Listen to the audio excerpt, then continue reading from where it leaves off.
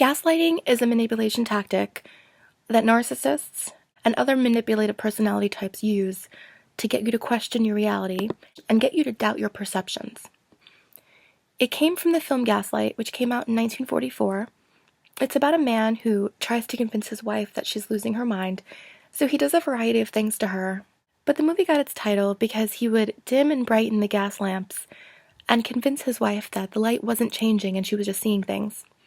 So the name of this movie has just become the name for this particular type of abuse, which is very subtle, very covert, and the victim is slowly manipulated into doubting their own thoughts and their own reality.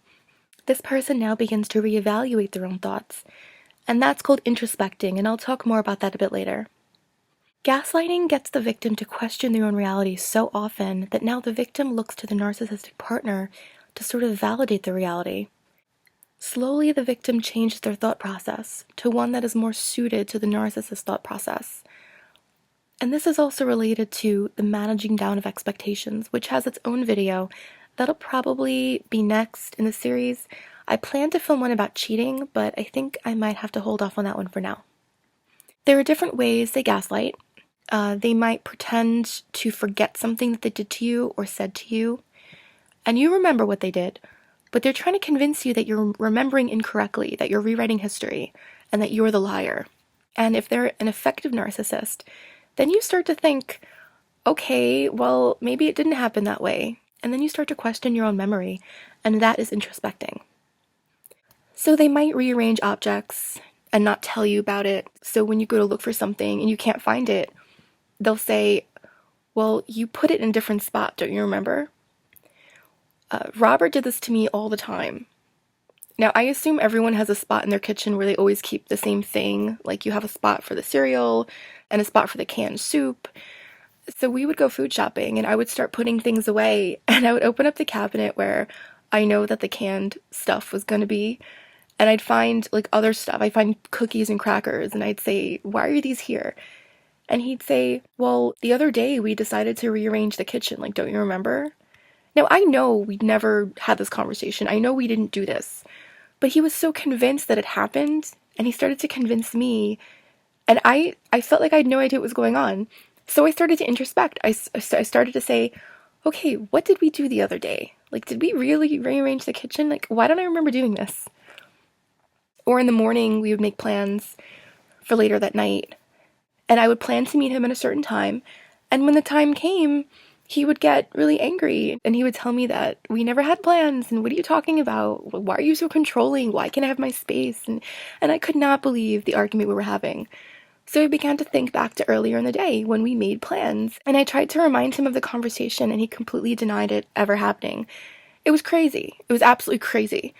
And he pulled this type of stuff a lot. I remember on Halloween we had plans to go to a party. We got all made up. I helped him paint his face, we took pictures, I was so excited to go out and have a good time. I put my hand on the front door to open it, and he sat down on the couch and said, and like, I'm thinking about it now, and I'm getting angry. He said, I said you could paint my face. I never said I would go to the party. And I started crying because it was just so crazy and so bizarre with his sudden switch of emotions. And he ended up ruining my night because he put me in such a sour mood. And I didn't realize this at the time, but narcissists hate happiness and they hate holidays. And I will put a link at the bottom to my video on that topic.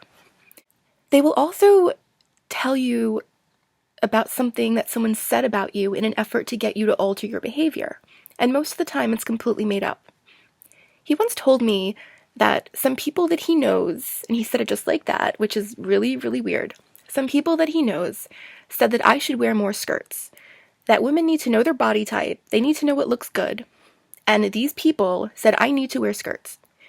Now, I've never seen these people, I don't know who they are, I don't know what social circle, I don't know what friend group they're part of, but apparently whoever these people are have an opinion about me, and they know me better than I know myself. And instead of ignoring this anonymous advice, which is very weird, I started thinking, wow, people are talking about me, and they said I should wear skirts.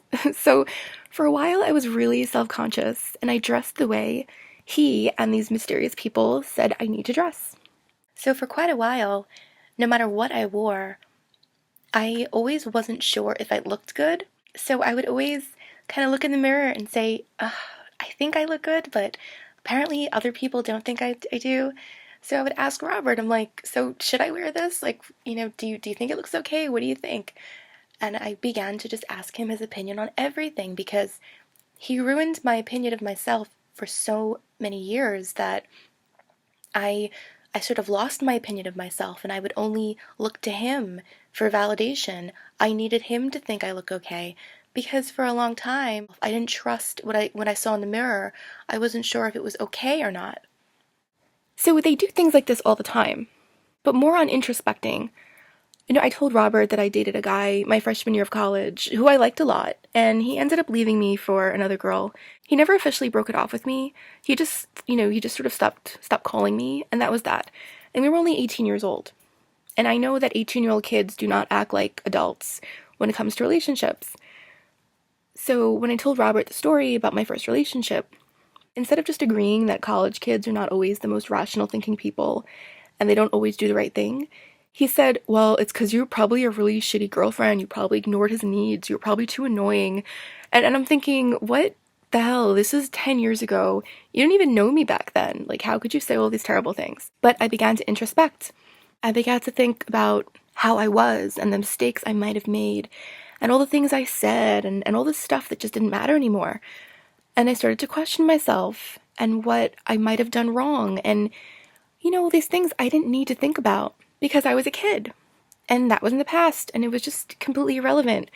But this is what narcissists do. They get you to question yourself. So you can think, wow, I was wrong. Let me change how I act because I want to be right. And by being right, I mean by acting exactly how the narcissist wants you to act, which is the correct way to be. And this is what will go through your head, and it is absolute mental torture. If you tell your narcissist about an argument that you had with your parent or your friend or your boss, instead of listening to you and hearing your side of it and offering you some sort of comfort and support, they will always tell you that you were wrong. And you start thinking back to that moment, and it just makes you crazy. Because now instead of just living, you have to constantly, in the back of your mind, think how you can change. And you keep second guessing yourself and your own thoughts. So this is what gaslighting is, and this is what introspecting is. So I think the next video needs to be managing down of expectations. I will try to have that for you in a few days. It is related to this topic. Gaslighting, introspecting, and managing down of expectations are three things that sort of happen together. They're intertwined. And that'll be the next thing I need to talk about. I think everything else from this point on will make a lot more sense.